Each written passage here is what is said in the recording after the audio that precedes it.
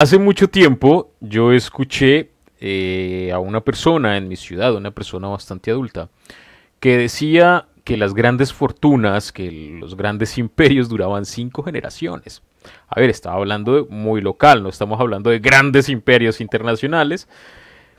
Y hablaba de una familia muy puntual de mi ciudad.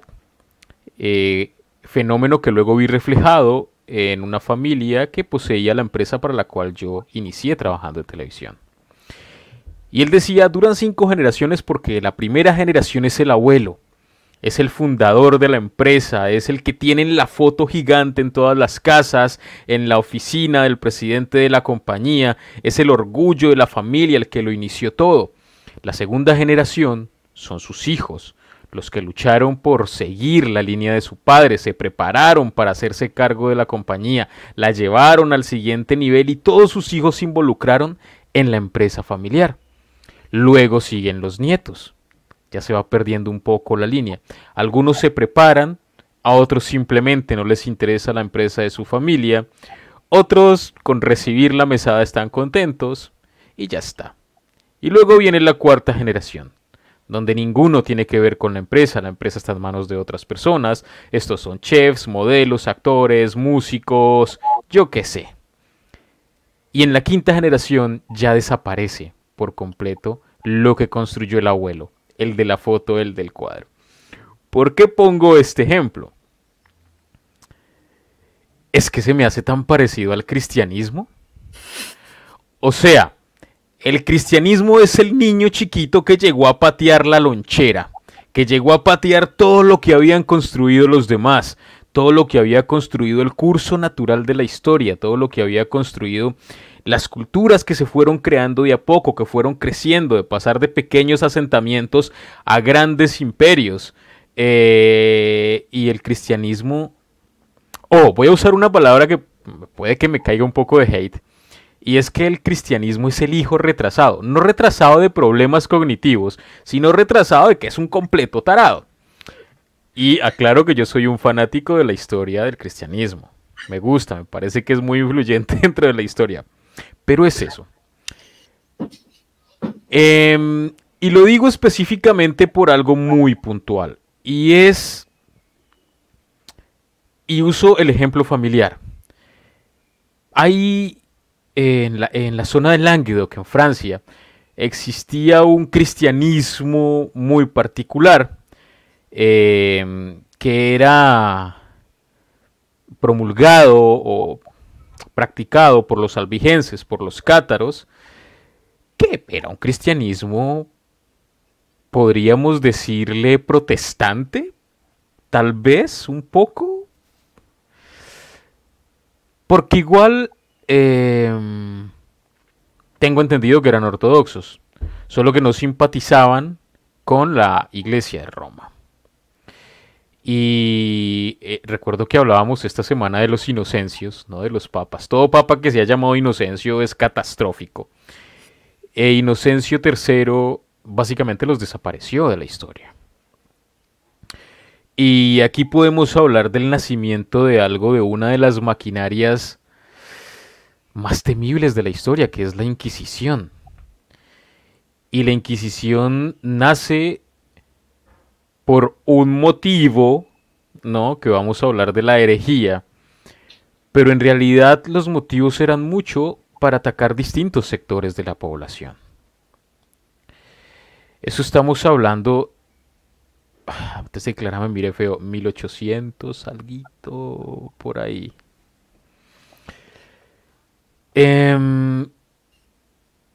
Y en medio de... Bueno, a ver, vamos a continuar. Primero vamos a presentar. Señorita Clara, ¿cómo me le va? Bueno, es que ya llevo como 5 minutos hablando y no los he presentado y dije, esto no puede ser. Sí, no sé, yo te estaba dejando, digo, vamos a dejarlo, ver a dónde llega. Vamos a dejarlo, vamos a dejarlo hablar. Como cuando mi hijo está en el parque, ¿sabes? Y lo estoy columpiando y digo, bueno, a ver qué pasa, a ver qué hace. Se va, me dice todo el mundo, se va a caer, se va a caer. Yo digo, bueno, a ver si que se caiga. Que ya se está. caiga. Curte el carácter, por lo mismo he dicho. Yo bien, estoy bien, estoy bien. Hoy vengo con margaritas. He pensado, digo, No me pega el amarillo con el azul, hasta que me he dado cuenta de que eran colores complementarios. Mira, Entonces, te voy a por decir eso una es. cosa. A ti ¿Qué? te pega todo. A mí me pega, la gripe me pega mucho cuando me pega. Hay Me una quedo así. vaina, y Oli me corregirá. ¿Cómo combina el pelo rojo con todo, no, Oli? Pues normalmente el rojo combina con todo, más o menos. Y bueno, si es rojo y negro, más todavía. Bueno, y si no falta el quedado que solo nos ha visto en Spotify y no ha ido al canal de Oli a ver los videos de YouTube, pues el Harwe es pelirroja. Bueno, tiene el pelo rojo. Sí. Oli. ¿Qué pasa? No, estaba nada, esperando. nada. Es que, a ver, hay un, no sé si, a ver, eso está claro, todos los hombres tenemos un fetiche o tenemos, no un fetiche, fetiche suena fuerte, tenemos una cierta fascinación con las pelirrojas o con el rojo, ¿no? Recordemos la chica del vestido rojo en el cine, que es como una figura muy épica cinematográfica. ¿O qué dice Oli? ¿Cómo estás, Oli? Sí. Muy bien, veo, Joe, que tienes dificultad de dejar atrás el capítulo de magia sexual, que estás ahí todavía muy pendiente. Pero bueno, no, bien, bien, contento de, como siempre, de estar con vosotros y de hablar de temas bastante interesantes. Hoy el tema de hoy creo que es un tema que mucha gente ha oído hablar, pero que poca gente realmente ha intentado profundizar sobre eso. Y Clara lleva pendientes muy guapos, pero yo llevo algo especial. No sé si lo podéis ver. La sudadera de Talia sin brujería sin fronteras. Exacto, tenía que enseñarla. Un regalo que me hicieron, una seguidora que me hizo ese regalo.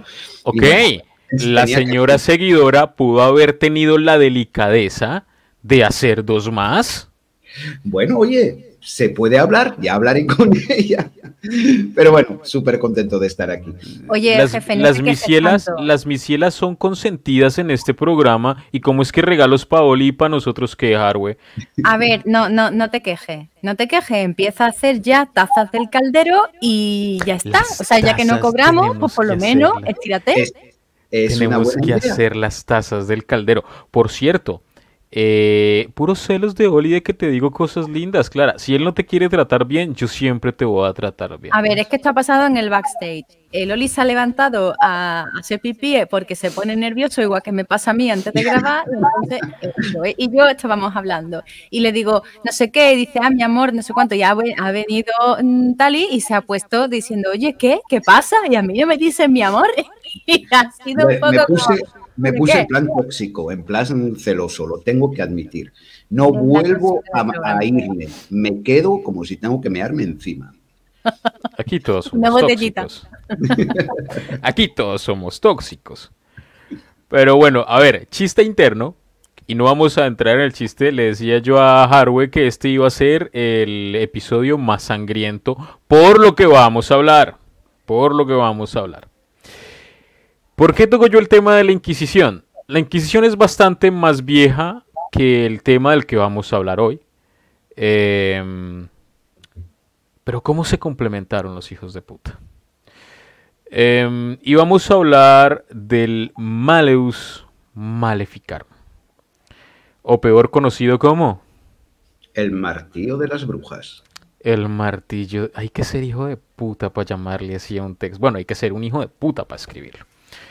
Pero es parte de la historia y es parte de nuestra historia.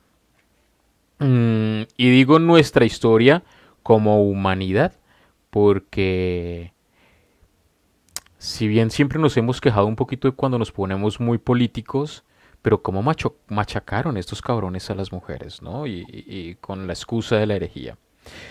El Malleus fue escrito en el 1400, bueno, fue publicado en el 1487, escrito por el señor Heinrich Kramer y no sé si Clara tenga datos al respecto, o Oli, el señor Jacob Sprenger, pero existe el rumor de que realmente no hubo participación, sino que simplemente se usó el nombre para darle más prestigio o popularidad a la publicación. A ver.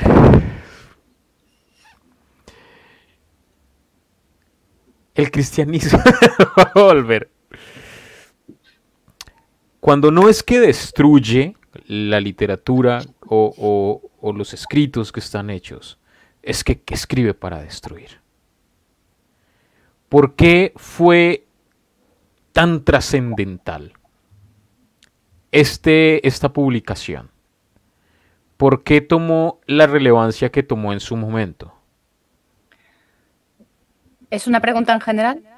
Sí, claro, para que la ¿Puedo? respondamos. Por supuesto. A ver, es que realmente el Malleus Maleficarum es como ese vídeo que te explican cómo hacerte un café saludable y le ponen 30 gramos de leche condensada y se hace viral. ¿Vale? Solo fue una cosa viral, absolutamente, en la época.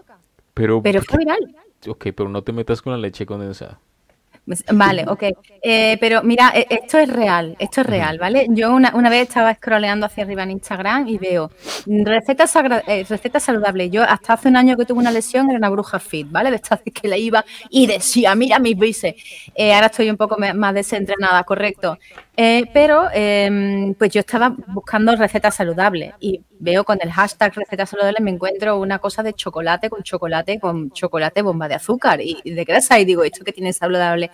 Chispa más o menos fue lo que, y todo el mundo lo compartía, ¿vale? Chispa más o menos un poco fue lo que le pasó al martillo de las brujas. No es un título... Bueno, tuvo una consecuencia directa sobre lo que fueron, que si luego lo queréis hablar, lo hablamos, pero esto ya venía gestándose desde hacía mucho tiempo, Joe. No es que fuese un tema ideológico de un día, ni de dos, ni de tres. Yo no he estudiado nada, ¿vale? Tengo que decirlo, pero tengo aquí un par de libros, o dos, o tres, o cuatro. Mira, voy a enseñaros, ¿vale? 1, 2, 3 y 4 libros para que veáis que hago los deberes, aunque no estudie. Pero cuando no es Soli presumiendo su francés, es Clara presumiendo su biblioteca. No, ahora en serio, esto es una cosa que ya se venía hablando desde hacía ya tiempo, ¿no? Principalmente lo que ha sucedido para llegar a esta viralidad, a este nivel de viralidad de la leche condensada del martillo de las brujas ha sido... Claro, te interrumpo, Clara, porque creo que para allá hoy en día es muy fácil hablar de viralidad, porque tenemos los medios digitales a la mano. Entonces, es tan fácil como que Oli se haga un TikTok muy llamativo y se hace viral en horas. Pero es que está... Uy... A €1 pago. Ya lo tengo. Pero es que estamos hablando del 1400, o sea, estamos hablando...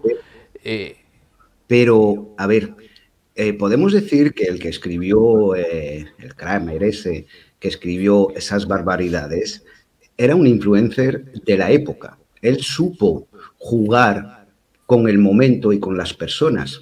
Y no hay que olvidar... se considera que más o menos hubo unas 30.000 copias de ese libro que llegó hasta las Américas de la época, ¿no? Imaginaros. ¿Pero por qué? No hay que olvidar que unos años antes empezó la imprenta y él supo aprovecharlo de la imprenta. Más también supo falsificar o transformar ciertos datos y ciertas cosas para que eso se hiciera más viral e inculcar un miedo que quizás no existía todavía a tal amplitud. Entonces podemos decir que ese personaje era un hijo de su madre, las cosas como son. Dilo, déjalo salir. Sí, pero que supo realmente ver cómo funcionaban las cosas para llegar a su fin. Claro, es que para allá iba, y qué bueno que lo digas de esa manera, porque, creo que para donde va, lo que quiero es que la gente que nos está escuchando entienda la magnitud de este tipo. O sea, repetimos, es muy fácil hacerse viral hoy en día. A ver, fácil entre comillas, hay que hacerlo bien. Pero es que estamos hablando del 1400, era una persona que realmente tenía influencia, era una persona que realmente tenía algo en la cabeza de cómo hacerlo, porque es que llegar a a las personas indicadas en el momento indicado, eso es una verdadera influencia. Y eso es lo que realmente, es que esa era la palabra, es que Harvey la puso, viral. Es que es la viralidad y en la época es realmente impresionante. O sea, este tipo no era ningún pintado en la pared. Este tipo supo hacer las cosas. A ver, pero supo hacer las cosas porque tenía un caldo de cultivo. Y es lo que quería comentar antes. El caldo de cultivo llevaba gestándose desde hacía mucho tiempo. Si puedo, me gustaría comentar un par de cosas sobre el origen de esto.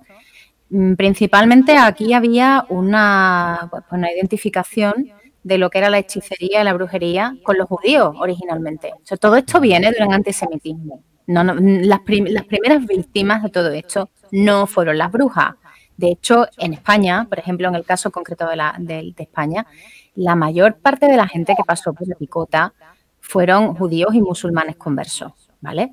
No nos vamos a engañar, es decir, murió mucha gente, sí es verdad, pero vamos a entender qué es el fenómeno. Y el fenómeno se empieza o se gesta por una necesidad de controlar al judaísmo. La necesidad de controlar al judaísmo viene porque hay una idea de que han sido los judíos los que han matado a Jesús.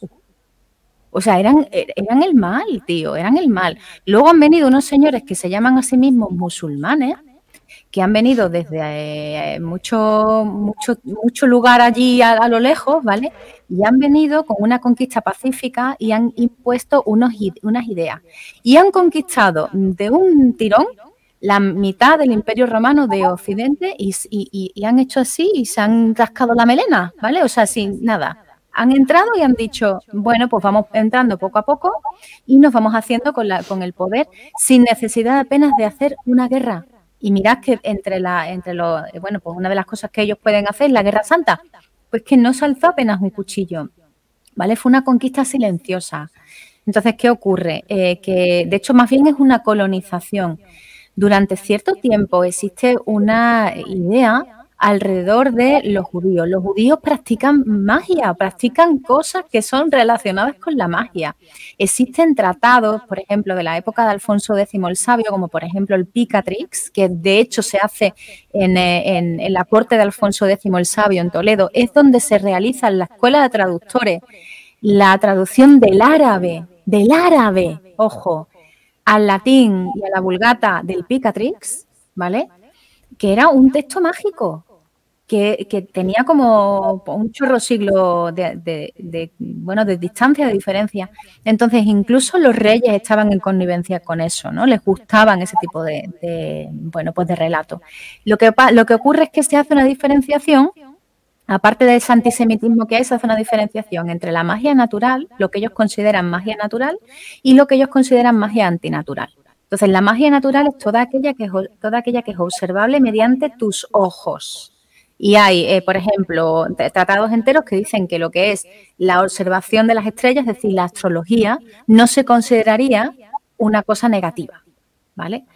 ¿Por qué? Pues porque mediante la astrología los reyes conseguían muchas cosas. Conforme los judíos empiezan a acumular más poder, ¿vale? Porque han llegado también junto con los musulmanes y todo esto, ellos empiezan a acumular más poder, se les sigue viendo como el enemigo.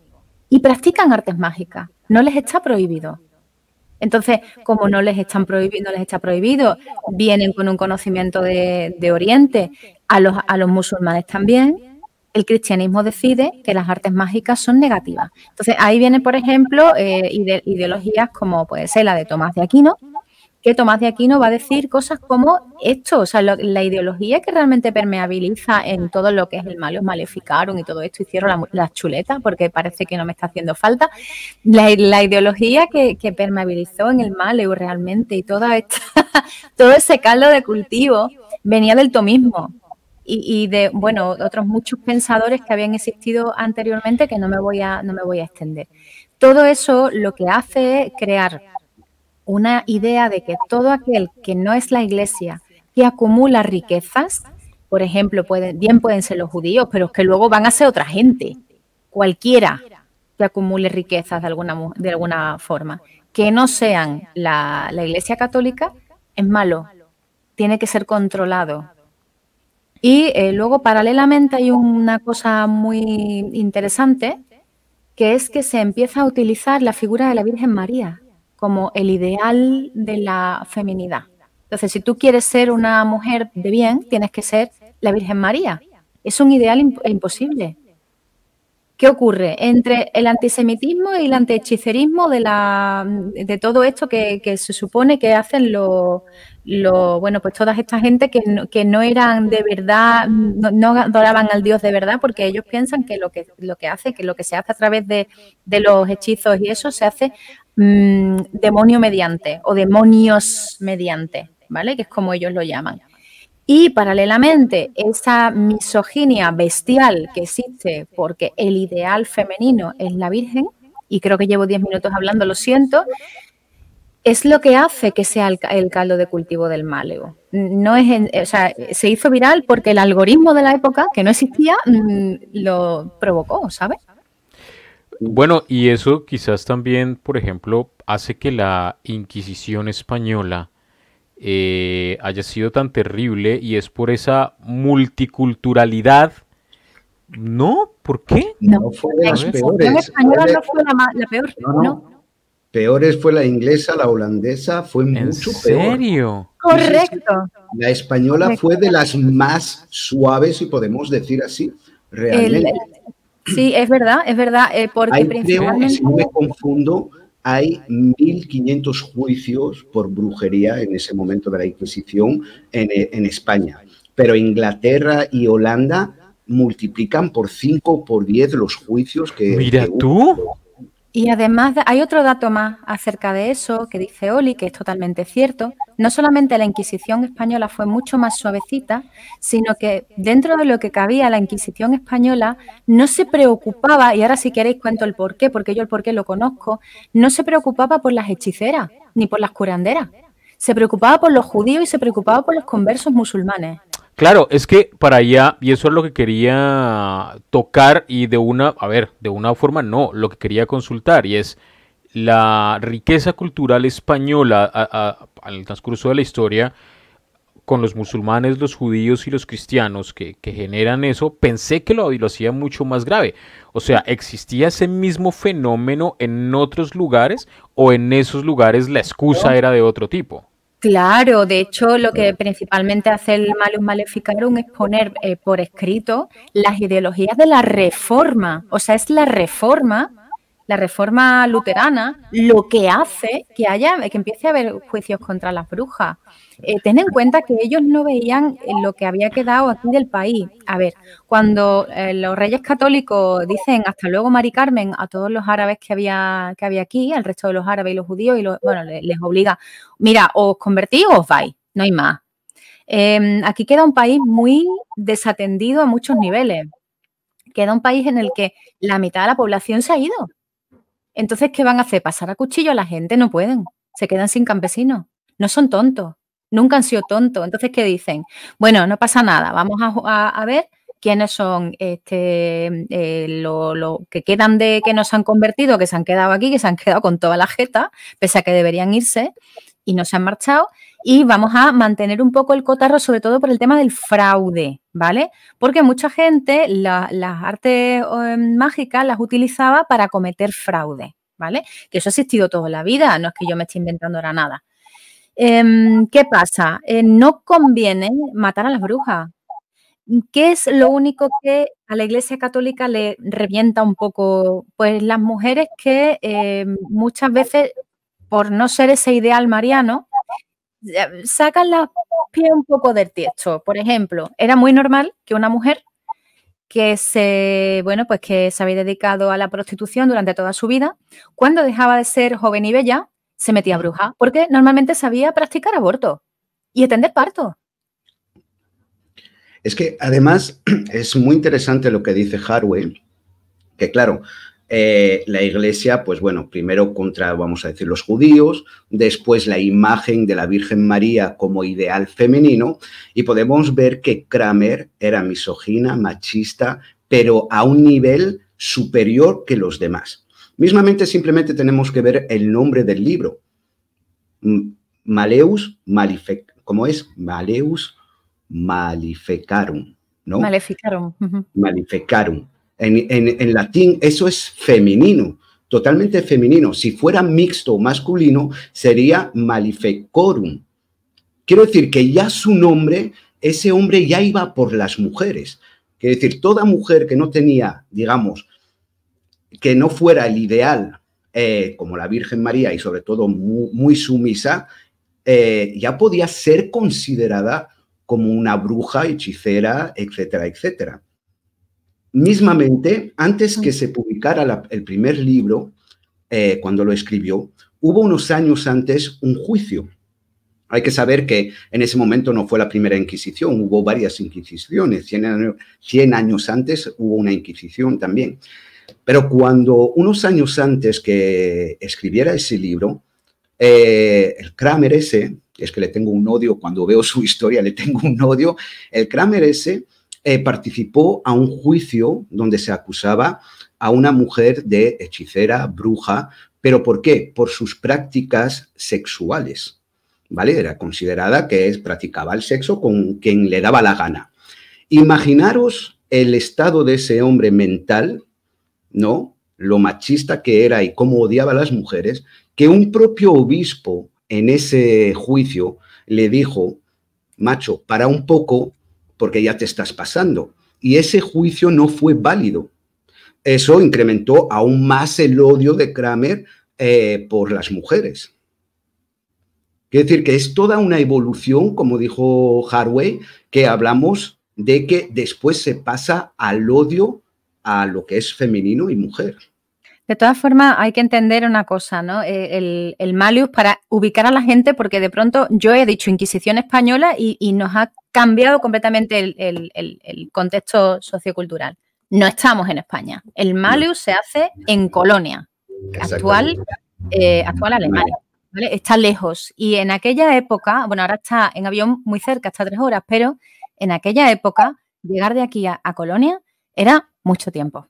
¿Vale? Entonces, las distancias eran muy largas, las poblaciones estaban mucho más aisladas, la gente estaba mucho más lejos y hay que entender que de aquí a Colonia había mucho recorrido.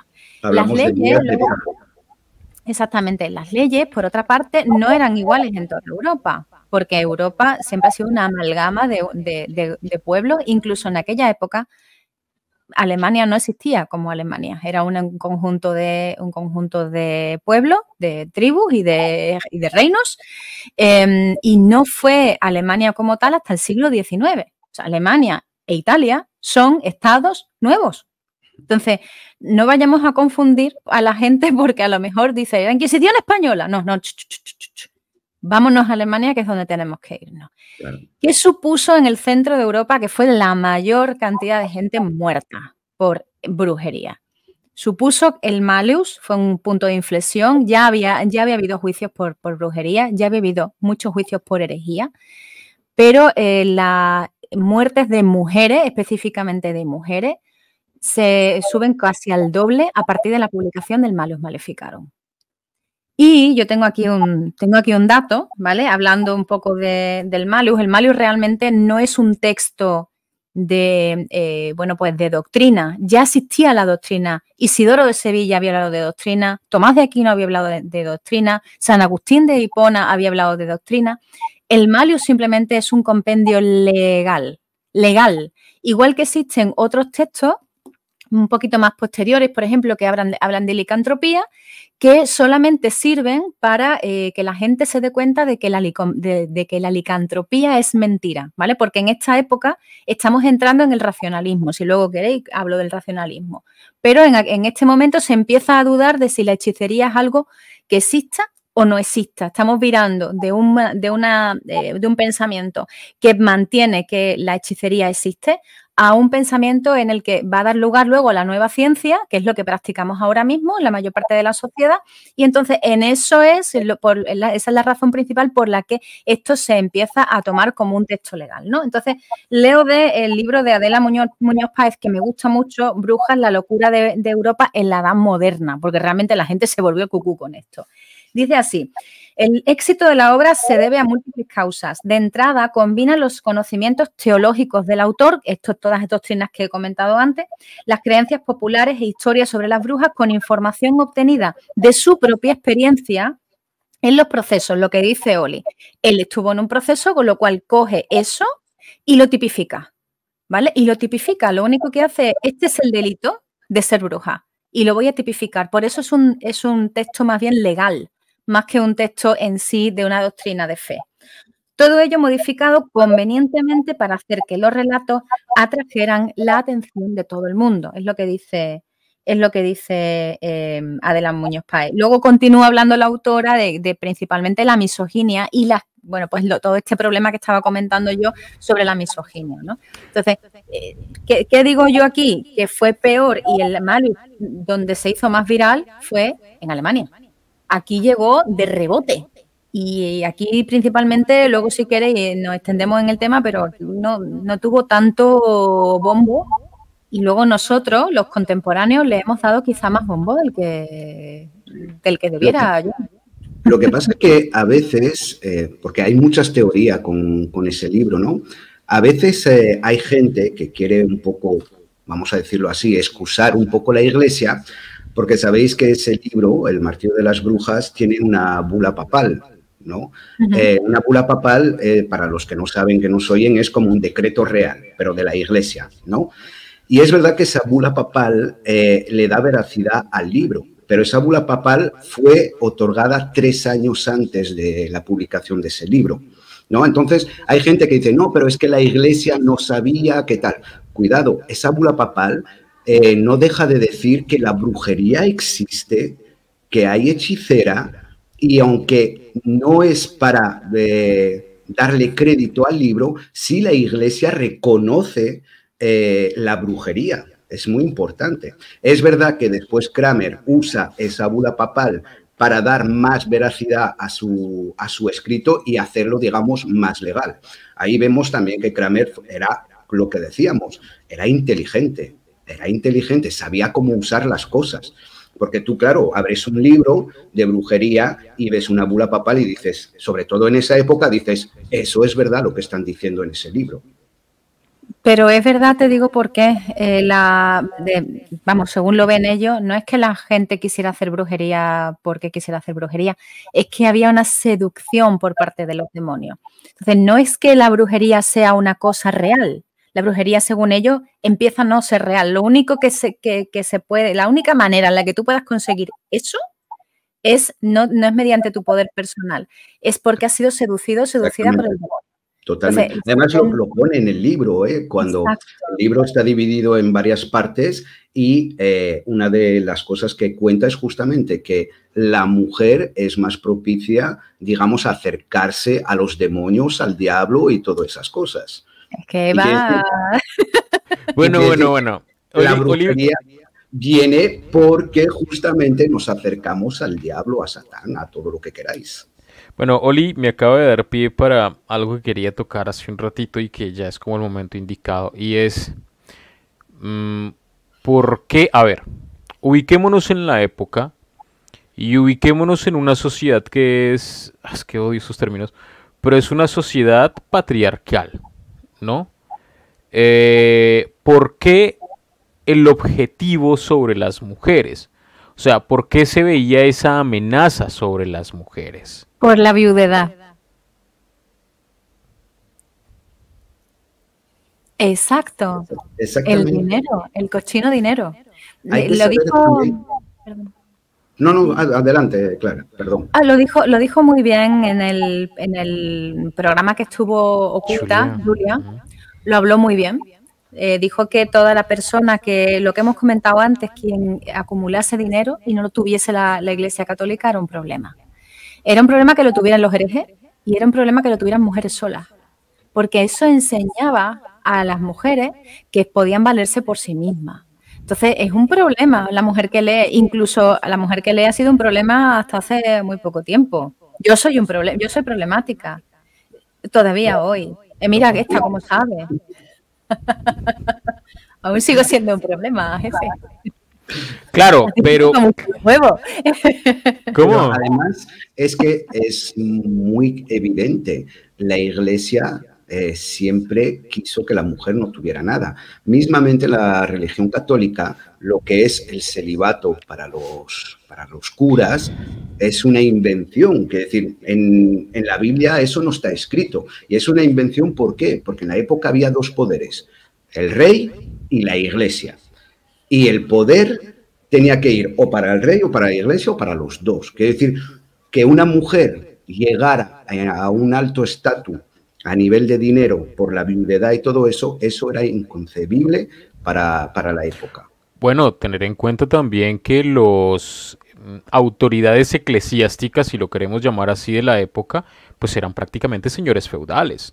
Cobraban impuestos. Estamos pasando, ahí hay el tema de la Inquisición y todo esto, precisamente es la transición del feudalismo puro y duro que ha existido, ahí le has dado muy bien, del feudalismo puro y duro que ha existido y esa sociedad en estamento que ha funcionado bien durante mucho tiempo, a lo que es el establecimiento de la primera burguesía, la urbanización de o sea, el paso a grandes ciudades, a ciudades mucho más grandes, más populosas, y el que de pronto se establezca algo que ahora nos resulta completamente natural, que es el capitalismo. Es el inicio del capitalismo.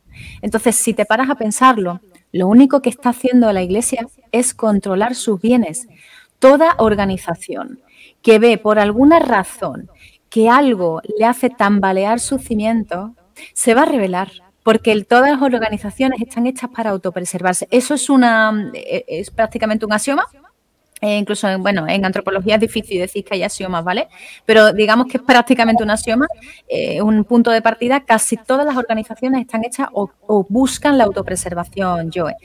Es esa manera de revolucionarse y de intentar adaptarse, en realidad es la Iglesia intentando adaptarse al capitalismo, por el cual la gente va a empezar a adquirir bienes, va a empezar a surgir algo como que se va a llamar posteriormente la propiedad privada, y lo que quiere volver es al feudalismo. Entonces hay un control de la gente que tiene demasiado poder, las personas que tienen una propiedad privada con demasiado poder. Y personas que además podrían ser de alguna manera un ejemplo para otras gentes, como pueden ser una mujer viuda que tiene mucho dinero. Eso es jugoso. Se muere tu marido y tú no dependes de ningún tío, no estás haciendo tus labores como mujer. ¿Y ahora qué? ¿No? Y eso lo hemos visto en los Bridgerton. Quien haya visto los Bridgerton sabrá que cosas hay, no spoileo. Algo que pasa, pero es como, vengo a quedarme con tu casa. Ahora soy el lord de aquí y tú tienes que hacer lo que yo te diga, porque ya no eres la lady. ¿Y ahora qué? Que tengo 3 hijas casaderas y las tengo que casar a las 3. Siglo XVII, XVIII, que no estoy hablando, que es antes de ayer, ¿eh? Sí, no estamos tan lejos. No estamos tan lejos. Bueno, de una u otra forma, las mujeres dentro de... A ver, lo mencionaste muy bien, eran utilizadas en medio de las familias para generar vínculos, para generar esas alianzas estratégicas, o bien militares, o bien económicas, o bien de recursos, no necesariamente en plata y oro. Y dentro de la iglesia, y ojo que esto a mí siempre, a ver, no voy a entrar en discusiones, pero estamos hablando de que las figuras sacerdotales, por así decirlo, tenían un lugar importante en la sociedad, mientras que las figuras religiosas femeninas o las mujeres religiosas eran servidumbre. Depende. Otra vez, depende. Si eras la abadesa de Kildara... Bueno. Pero es que, claro, pero, a ver, también es cierto que no eran tan predominantes, incluso dentro de la vida religiosa. A ver, pero ten en cuenta que hemos sido, y esto es muy triste porque, y mis saludos a todo el mundo que practica religión romana, por favor, que nadie se lo tome esto a mal, pero hemos sido desde Roma propiedad del padre de familia. no hemos sido más que ganados durante mucho tiempo y hemos sido utilizadas para, bueno, como intercambio de intercambio, ya está, pues, 2 vacas y una niña, pues ¿qué quieres? Si era lo que éramos, hasta hace muy poco tiempo. Que hasta antes de ayer yo no podía abrir una cuenta en el banco. Bueno, sí la podía, pero mi abuela no podía abrir una cuenta en el banco sin su marido y estaba viuda, ¿sabéis? O sea, que es que ha pasado en España, siglo XX, entonces no está tan lejos. Y es una herencia desde Grecia y Roma, desde el mundo clásico. Mis saludos a todos los helenistas.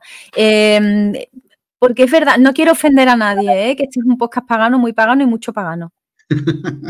No, pero no, a ver, que aquí, el mundo clásico que no es tan buena como pensamos en ese aspecto. claro, bueno, a ver, que aquí venimos a hablar en pro de la construcción y del aprendizaje y no del ataque. Eso sí está claro, aunque en todo aprendizaje y en toda construcción algún repelús se lleva a alguien por ahí. Pero, a ver, claro, por ejemplo, hay un caso que quizás se volvió muy de moda, que yo conocí por algunos libros que me mostró alguien, y que se hizo una serie también. No precisamente sobre ella, pero por ejemplo hay un montón de libros y un montón de literatura sobre Lucrecia Borgia, que fue muy utilizada a nivel estratégico, casándola con este, con aquel, enviándola aquí, enviándola allá, por parte de su padre, y su padre era un papa. Entonces eran moneditas, eran... No tan lejos, Juana, la mal llamada loca, porque nadie sabe que tenía la pobre Juana, si es que era bipolar, si es que tenía episodios depresivos, nadie sabía lo que tenía la pobre Juana, o si es que directamente estaba hasta de estar encerrada, obviamente porque te pones cucú si estás en tu casa todo el día encerrada, pues imagínate, por muy a gustito que estés en donde sea, ¿no? Pero sigue siendo una persona muy maltratada por parte de su padre, por ejemplo, la figura de Juana la Loca, y ese contemporáneo del Maleu. O sea, las mujeres se nos utilizaba incluso en los altos estamentos. Recordemos, los altos estamentos religiosos y los altos estamentos de la sociedad estaban muy emparentados, porque el primer hijo heredaba el señorío que fuese, el segundo hijo muchas veces se iba o heredaba algo o se iba a ser cura. Entonces, muchas veces el arzobispo de París, esto es un caso concreto, el arzobispo de París, pues era el hijo del duque de no sé quién. Y ya, pues, también, pues bueno, metía mano y también buscaba dentro de lo que era la iglesia el bien para su familia. Que es que esto todo era una empresa, que no nos hemos enterado. ¿Vale? Entonces, la sociedad está mandada por unos ciertos mandamases, pero como prácticamente es una sociedad teocrática, los que hacen las leyes, el poder legislativo lo tienen los curas. Y una figura muy injusta, que es que lo hablamos en algún momento de una forma muy, bueno, no tan suave, y es un ejemplo. Digamos que Clara, bueno, Harwe es la heredera de su padre, el que ya recordamos por esa frase de has perdido el acento, bueno, no recuerdo bien, pero ha heredado de su padre Sevilla. Estamos exagerando. Heredaste Sevilla. Qué bien, mi pero, hombre, pero Clara necesita un marido. Porque necesita un lord, un señor que gobierne Sevilla. Lo tengo y claro, entonces, yo me caso con Oli, ¿eh? Para allá iba. Y entonces la casamos con Oli. Se casa con Oli. Bueno, aunque por derecho Sevilla le debería pertenecer a Harwe, como se casó con Oli, pues ahora Sevilla es de Oli. Sí. Y todas sus riquezas y todos sus impuestos. Ahora no solo va a presumir con el francés, sino también. ¿En qué momento se le viene el lodazal? ¿O en qué momento la gente se da cuenta de que no está bien? ¿Qué es lo que detona ese cambio dentro de esta masacre? Porque no es otra cosa más que una masacre. El método científico, la ciencia. La ciencia es la que nos ha salvado a todos de pasar por el cadalso. Porque la ciencia... De hecho, la ciencia, porque los científicos son los primeros en poner contra las cuerdas a los poderes fácticos y son los primeros en decirle aquello que del cuento, ¿no? Del emperador está desnudo. Mire usted, es que la Tierra da vueltas alrededor del Sol, no el Sol alrededor de la Tierra, ¿sabe usted? ¡Ah, a la hoguera! Y sí, era la vida, hasta que llega otro y vuelve a decir, mire usted, es que es verdad. Y entonces las mismas gentes que estaban dentro de la iglesia, que estudiaban, empiezan a decir, Osquite Pedrín, es que es cierto, es que hemos quemado a una persona que hace yo no sé cuánto tiempo, que es que el pobre se ha ido a la hoguera, ostras, qué mal lo hemos hecho, ¿vale? Y ellos mismos empiezan a darse cuenta porque dentro de la iglesia también hay gente que estudia, ¿vale? Una cosa tengo que decir, abro un paréntesis grande. Has hablado antes de la Inquisición española y hemos hablado antes de que no se mató tanta gente. Bueno, aclaro lo que dijiste ahora. Inquisición española lo usé como ejemplo porque hay un montón. Vale.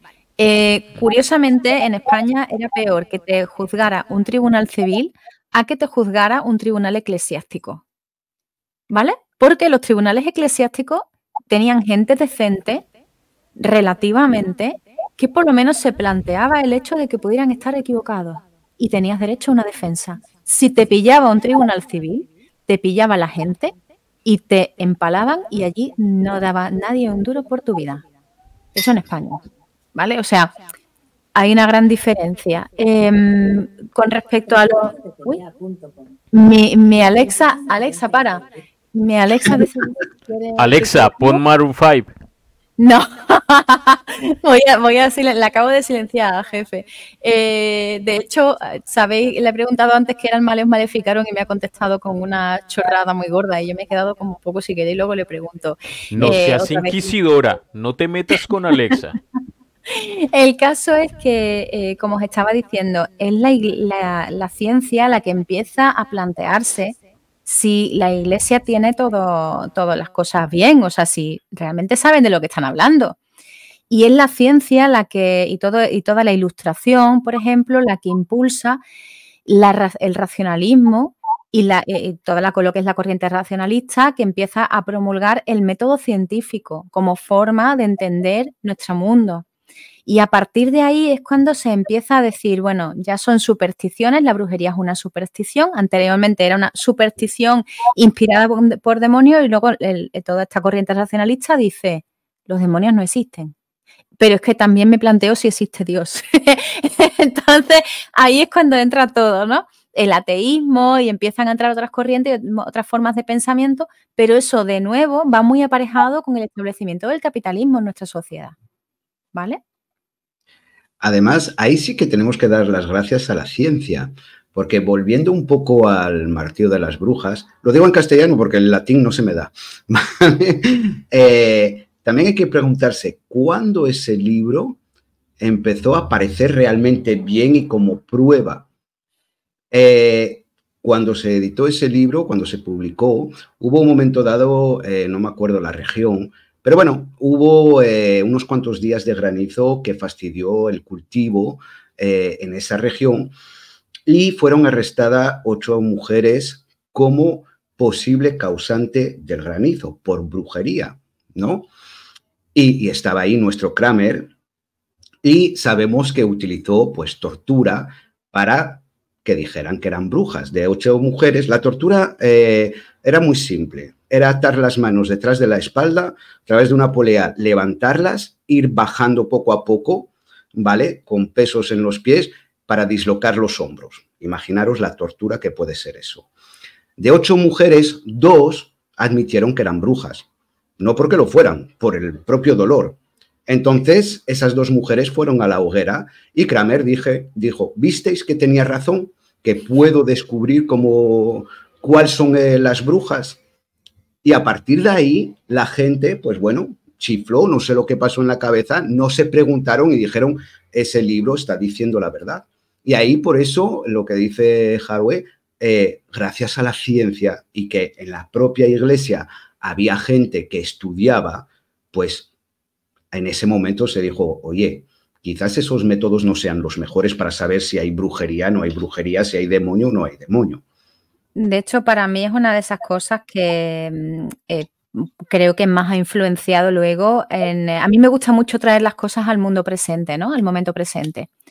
Esto ha influenciado mucho las ideas sobre un supuesto culto de brujas que llegan de la mano de la antropóloga Margaret Murray. Y ahora me voy a mi lugar feliz, ¿vale? Murray, esta gente se ríe, pero que bueno, si es algo que conozco, pues sí puedo decirlo, ¿no?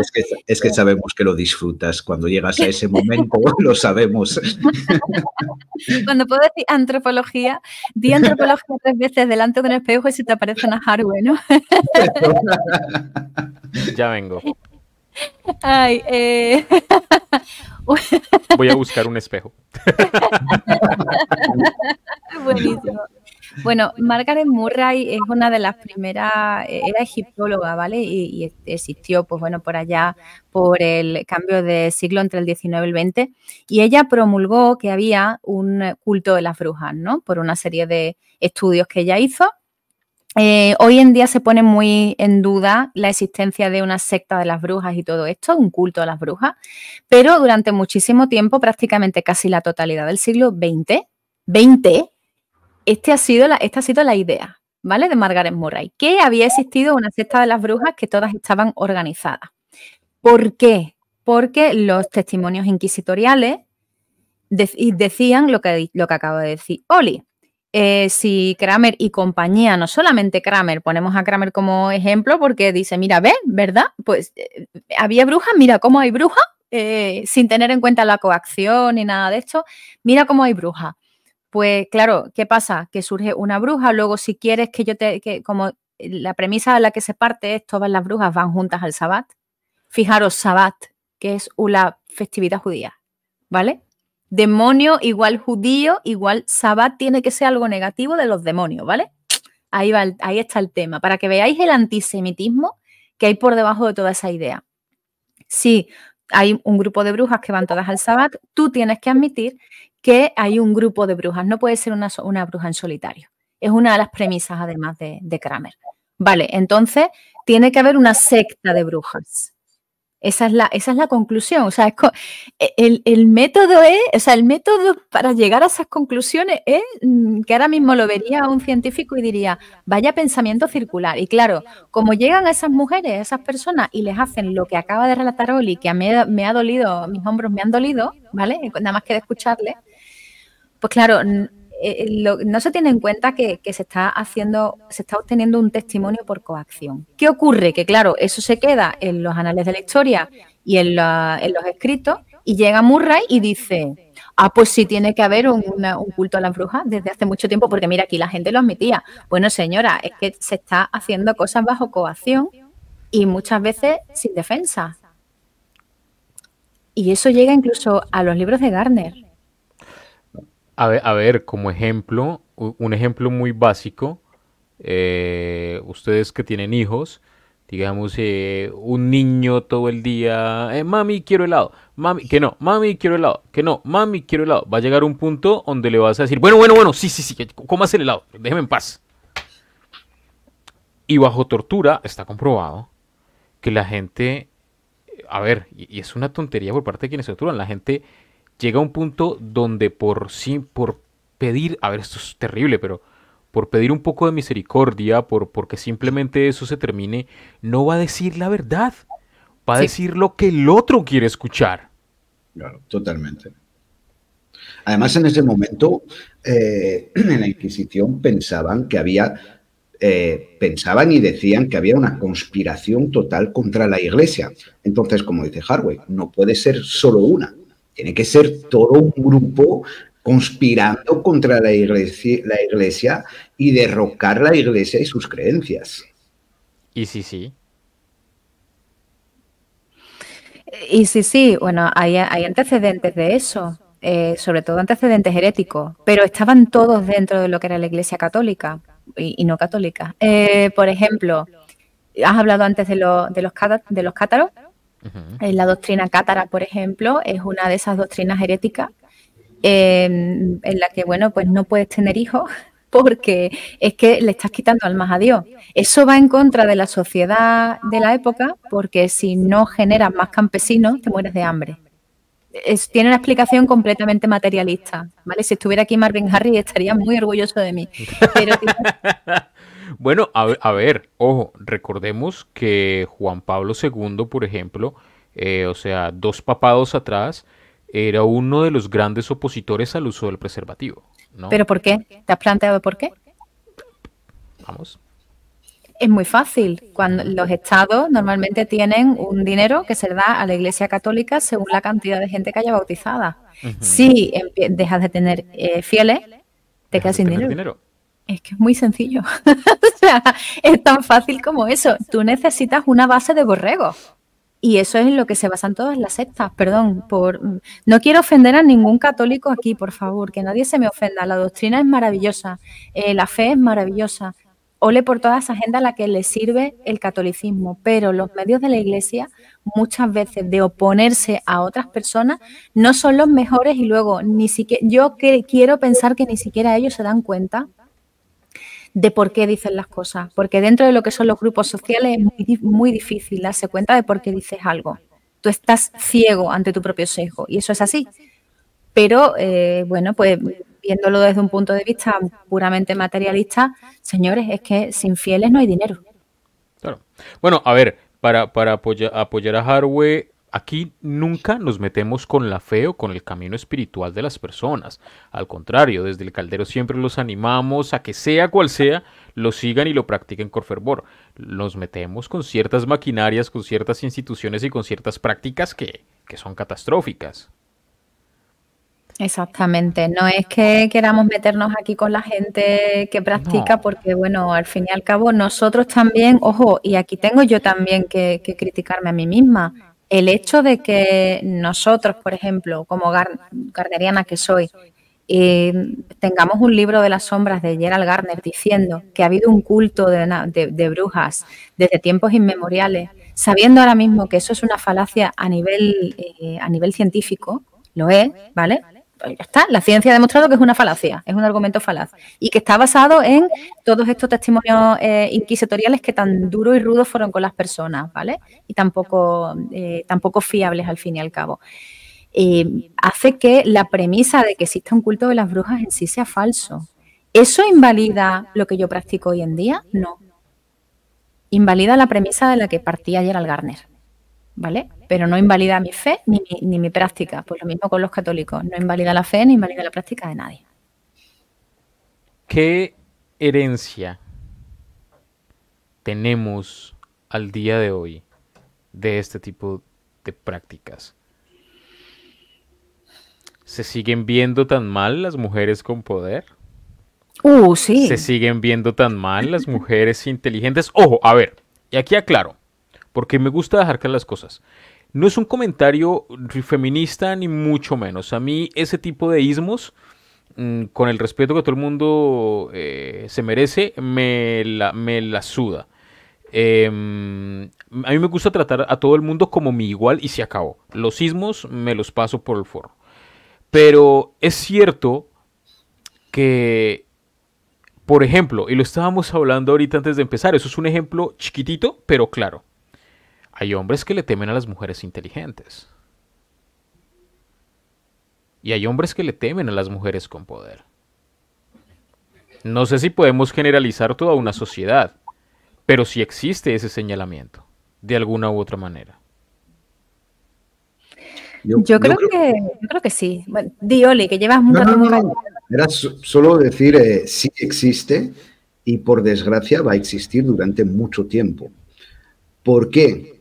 Pensar que una persona, y más si es una mujer, que tenga poder, pues nos demuestra que muchas veces tenemos inseguridades, ¿no?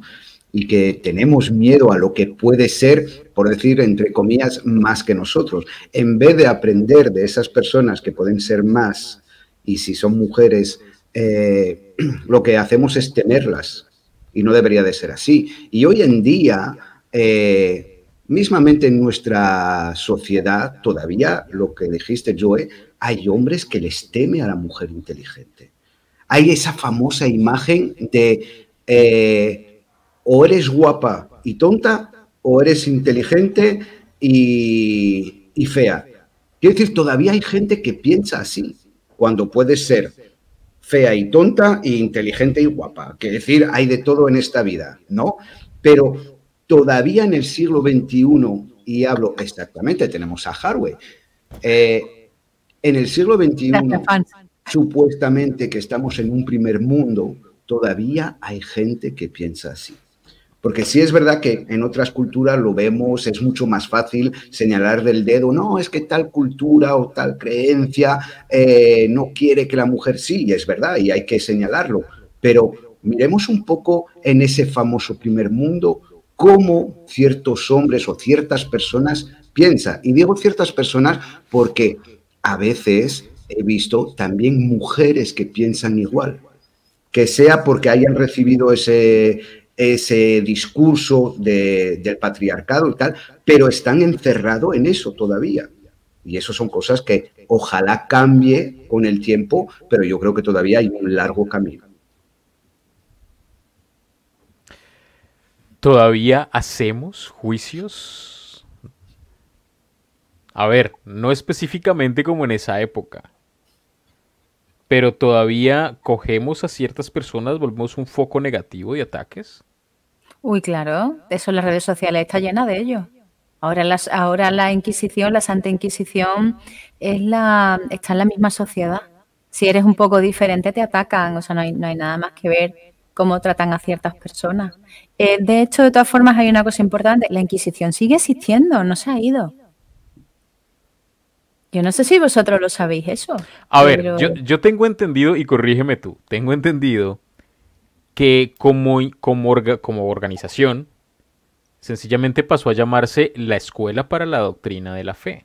El Dicasterio para la Doctrina de la Fe, correcto. Ajá, del cual, ojo, uno de sus decanos, no sé cómo se llama la figura máxima de esta escuela, fue el señor Joseph Ratzinger. Ratzinger, correcto. Más conocido en el gran mundo de los papas como Benedicto XVI. Exactamente, correcto. Estuvo durante bastante tiempo presidiendo la Ratzinger, yo qué sé, creo que desde los años 80. Hasta su papado, si no estoy mal, hasta que empezó su papado. Exactamente. Una de las cosas que hace es promover la vida moral de la sociedad católica. Ellos son principalmente los que dicen que no debes usar preservativo, fíjate qué cosas, ¿no? Pero también son los que, según tengo yo entendido, yo es que tuve un novio que había sido seminarista. Nunca mejor nombrado.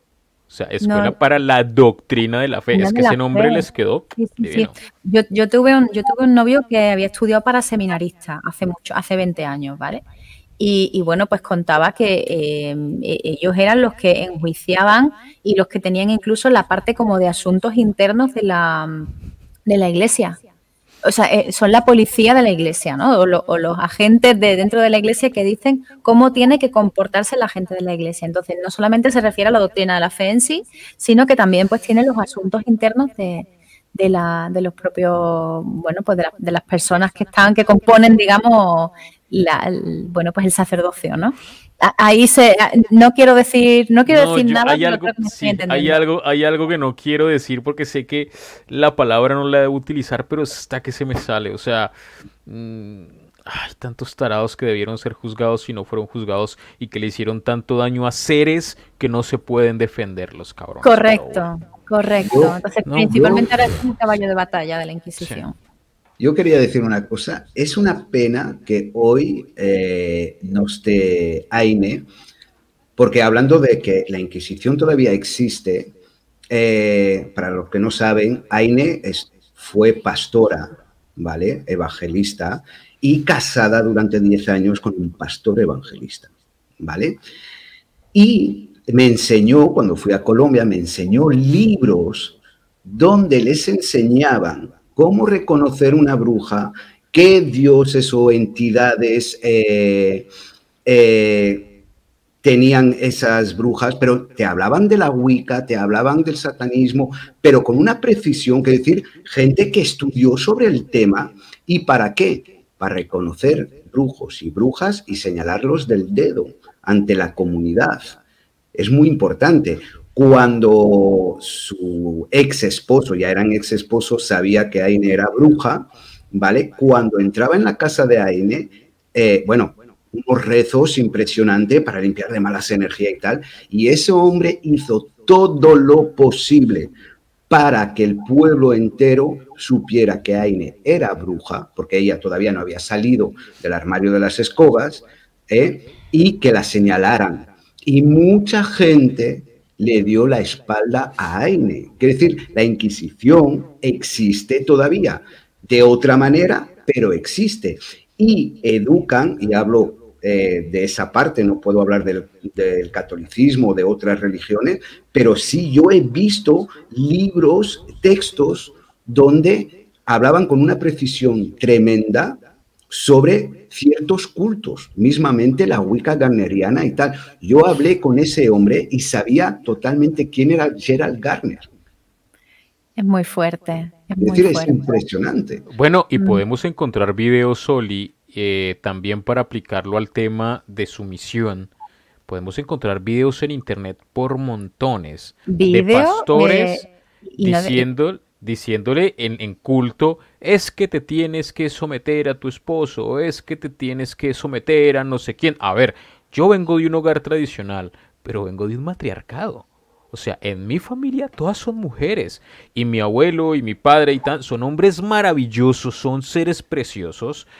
Pero el carácter más fuerte de mi familia lo tienen las mujeres. Y a mí siempre me enseñaron ellas a ver a la misma altura a todo el mundo, sin importar qué tenían entre las piernas o a quién metían en su cama. Entonces, para mí escuchar esto, aparte porque mi familia es creyente, es cristiana, de escuchar esto al sitio donde iban.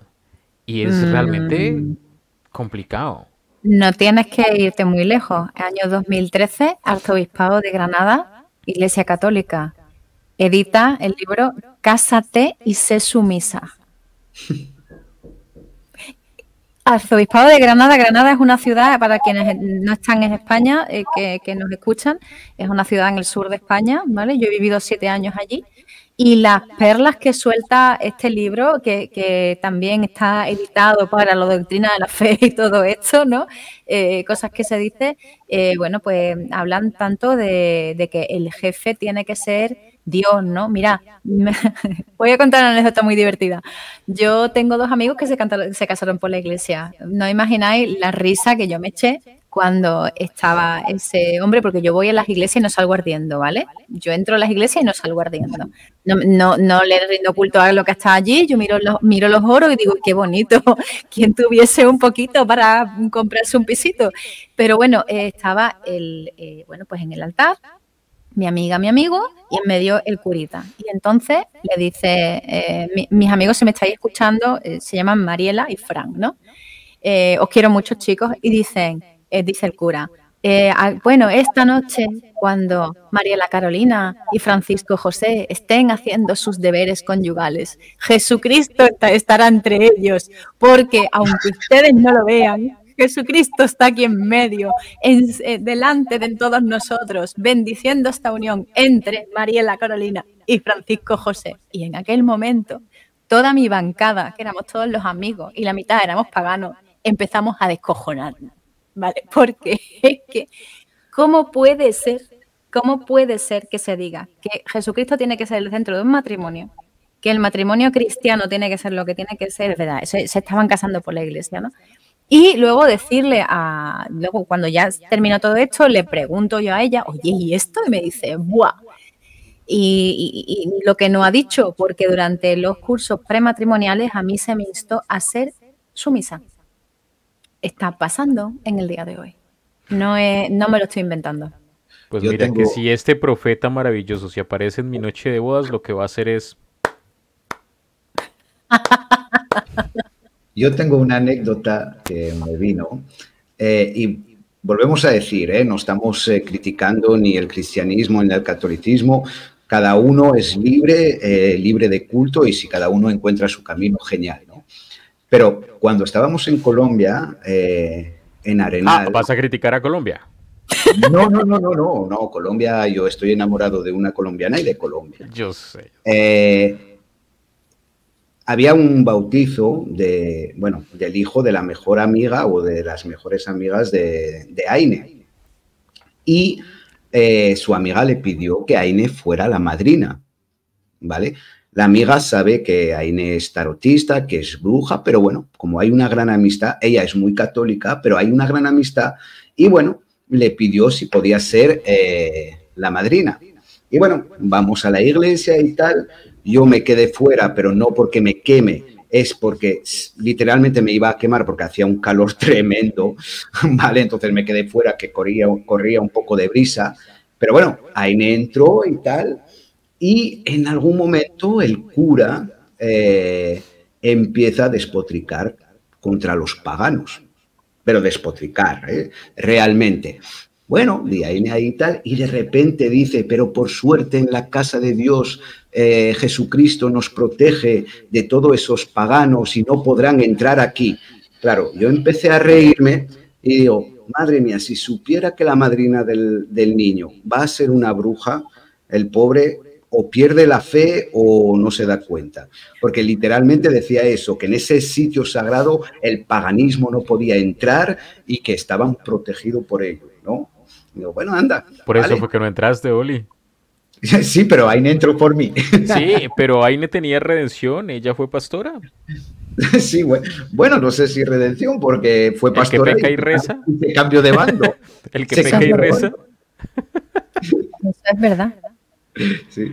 Bueno, se me perdió la paloma de lo que iba a decir. Oiga, me entretuve haciendo el chiste y se me perdió la paloma de lo que iba a decir. No, a ver. Cada quien, hay una frase muy linda que dice, cada quien da lo mejor que tiene en su corazón. Y mientras algunos, no todos, ojo, algunos pastores despotrican de sus semejantes y del camino espiritual que eligieron sus semejantes, pues aquí básicamente los apoyamos y los impulsamos a que sigan su vida, sea cual sea. Mis queridos amigos, 1 hora 12. Este podcast cada vez tira a ser más largo. Conclusiones finales, mi querido Oli. No, a ver, es muy importante no olvidar que la Inquisición todavía existe, ¿vale? Yo creo que es importante.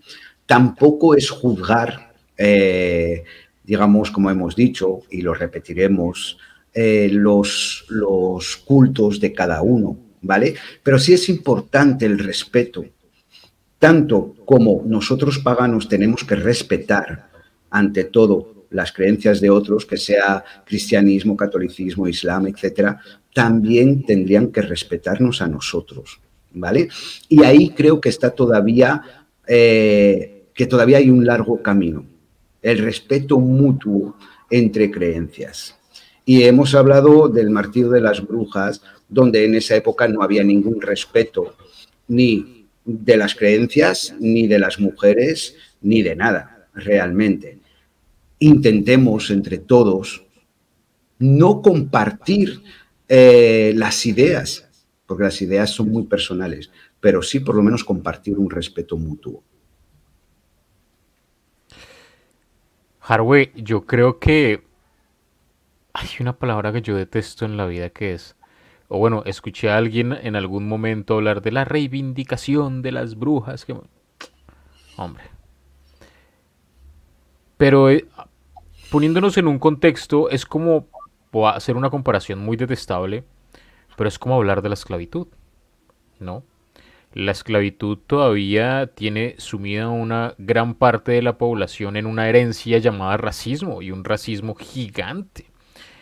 En Colombia, por ejemplo, que no me van a matar los colombianos. Pero que Colombia, no sé si te amamos. No, yo, pues, a ver. Pero hay una frase, por ejemplo, si hay que hacer un trabajo en mucho sol, es muy común escuchar la frase, eso es pa' negros. Wow. Y no es más que una alusión absurda a la esclavitud, porque el esclavo tenía que trabajar sin importar las condiciones climáticas.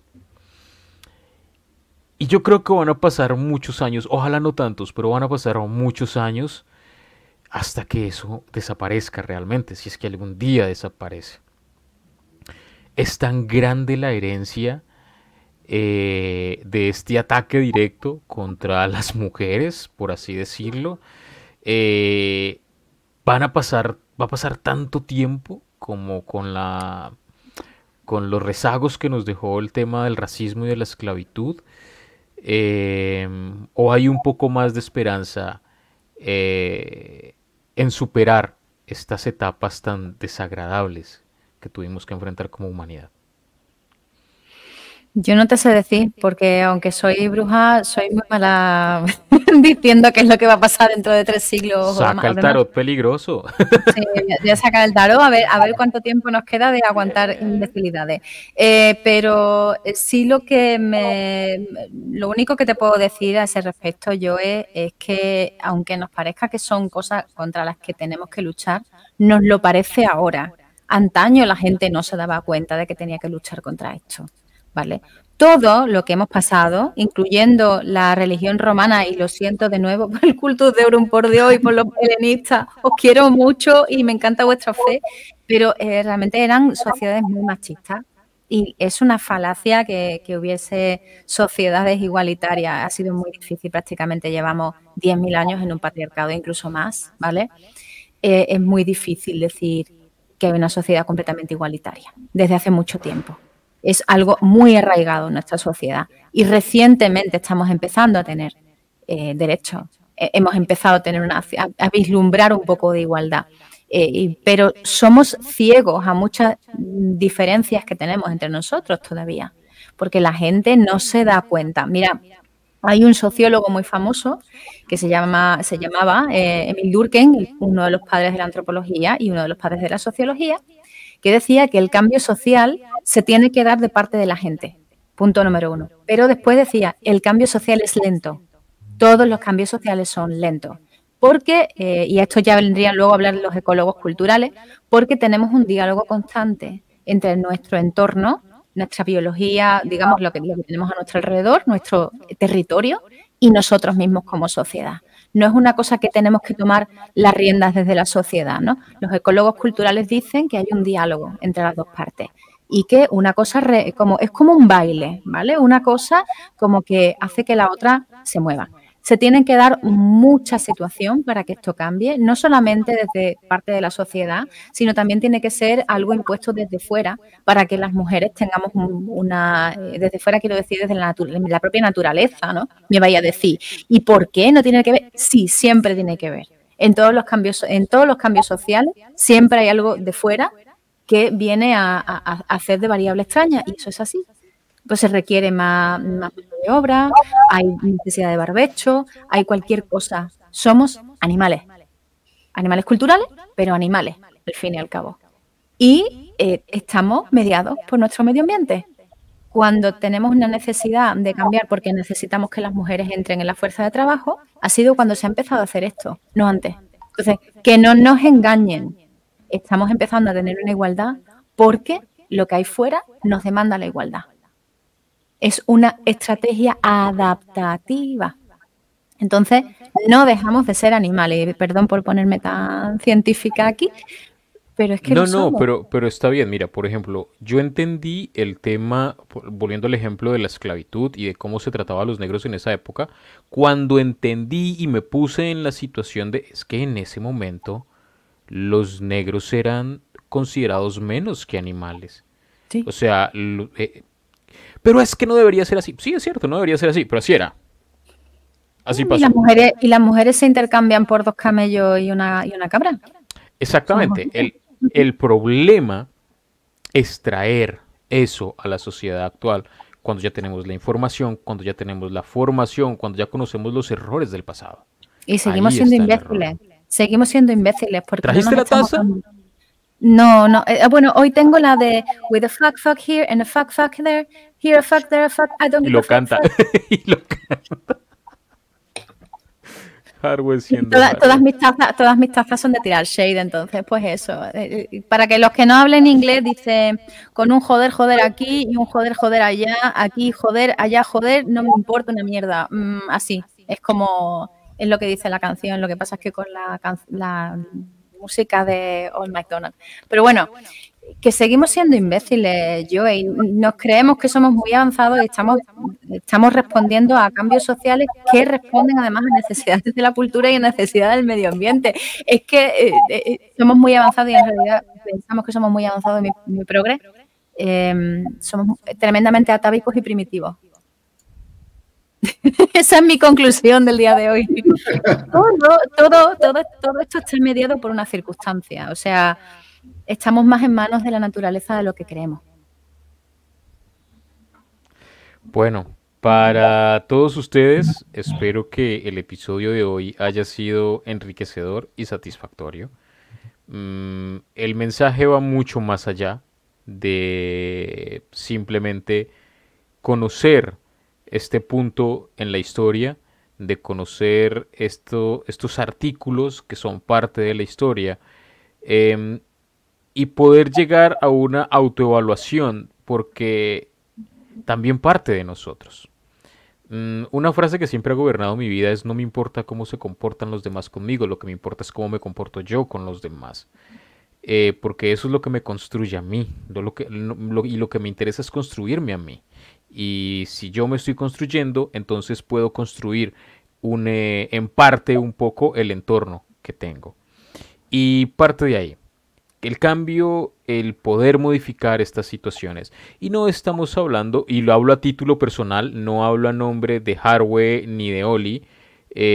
Yo tengo una lucha, por ejemplo, con la actitud de muchos colectivos y de muchas personas que se dicen voceros o que se autoproclaman voceros de situaciones que ni siquiera entienden y de personas que ni siquiera conocen. Entonces, desde dentro, desde nosotros mismos, podemos empezar a comportarnos como debemos, como se supone que debemos comportarnos, y lo podemos hacer con cambios muy pequeños y con cambios muy sencillos. Es estar dispuestos, es entender que a veces estamos tan acostumbrados a algo que lo naturalizamos y creemos que está bien y creemos que así es cuando no está bien.